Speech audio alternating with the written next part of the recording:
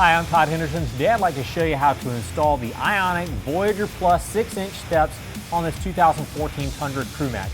Now this is going to be the exact same installation as the double cab, and this is going to go all the way back to the 2007 models. So let's go ahead and get started.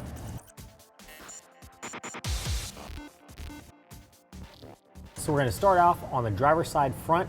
Now we're going to locate this 12mm bolt that's in the rocker panel. We're going to remove that with 12mm ratchet.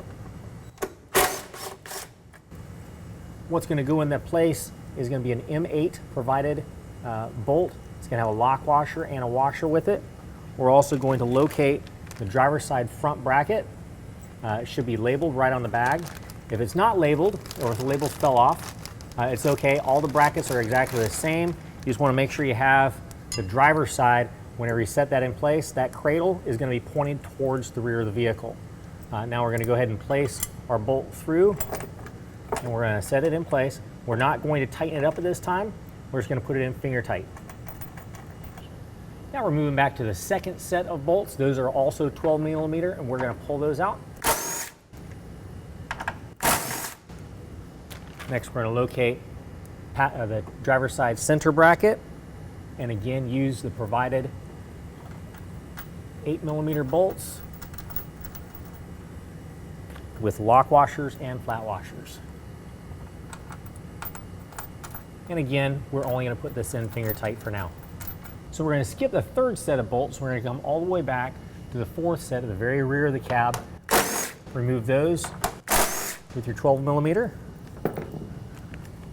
Locate your driver's side rear bracket, and just like the first one and the second one, we're going to put in the provided hardware, just finger tight. Next, we're going to locate the driver's side bar. Now, very important, the step pads are going to be faced outside of the vehicle, and then the front step pad is going to be closer to the end of the bar. The rear step pad is going to be further away from the end of the bar.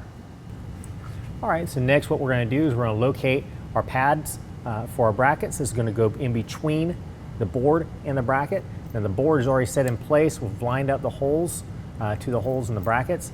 Now we're going to find also, these are packaged separately. These are Allen head bolts, and we're going to use the lock washers and flat washers that come with those.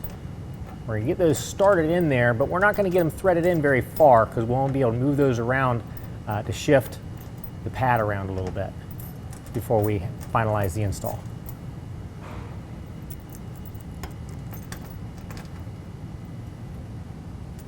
Now just repeat that on the other two brackets. All right, now we're going to go back to the brackets where they attach to the body. The provided hardware is a 14mm head bolt. So we're going to use a 14mm. We're going to make sure these brackets are nice and straight first.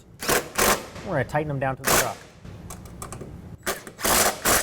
Now you don't want to over tighten these. You just want to get to where it collapses that lock washer and locks it in.